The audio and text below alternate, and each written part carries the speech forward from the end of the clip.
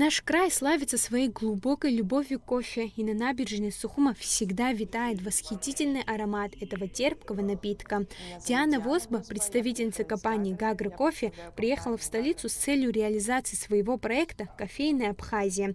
В течение 2 дней профессионалы кофейной индустрии имели возможность слушать лекции и участвовать в практических мастер-классах. Диана стала одной из 48 победителей конкурса «Гостеприимная Абхазия», который направлен на поддержку и реализацию перспективных идей в сфере туризма и гостеприимства на территории республики. Хотелось бы, чтобы мы обменялись опытом, общались, создали такое сообщество кофейное людей, которые смогут в дальнейшем помогать друг другу, развивать кофейную культуру дальше. Вообще кофе – это культурный код Абхазии, и нам необходимо в этом плане развитие для того, чтобы готовить по мировым стандартам кофе. Теоретическая часть мероприятия включала лекции, на которых подробно рассматривалась история кофе, его сбор, а также различные способы обработки кофейных зерен.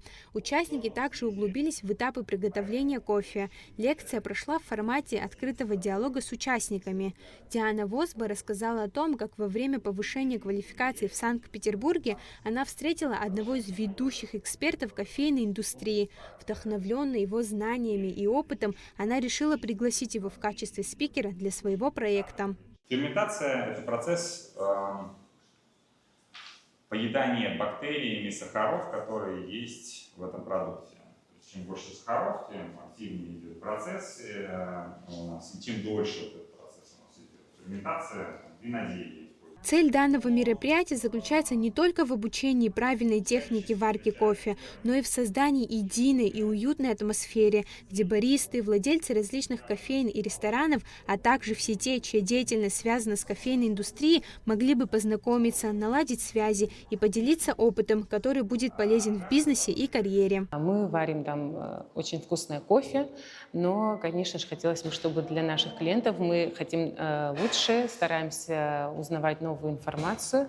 Поэтому мы сегодня приняли приглашение, приехали сюда. Нам очень интересно. Много чего мы сейчас услышали про происхождение, про историю кофе. В дальнейшем нам будут рассказывать про методы готовки кофе. Спасибо большое всем организаторам, кто нас это все организовал. Очень приятно, что у нас в Абхазии проводят такие вот мероприятия. Мероприятие было организовано при поддержке грантовых средств, и участие в нем было абсолютно бесплатным. Благодаря этому проекту кофе в Абхазии обретает новую жизнь, и пусть каждый глоток будет полон тепла и радости. Ирина Богателя, Алексей Гухава, Абхазское телевидение.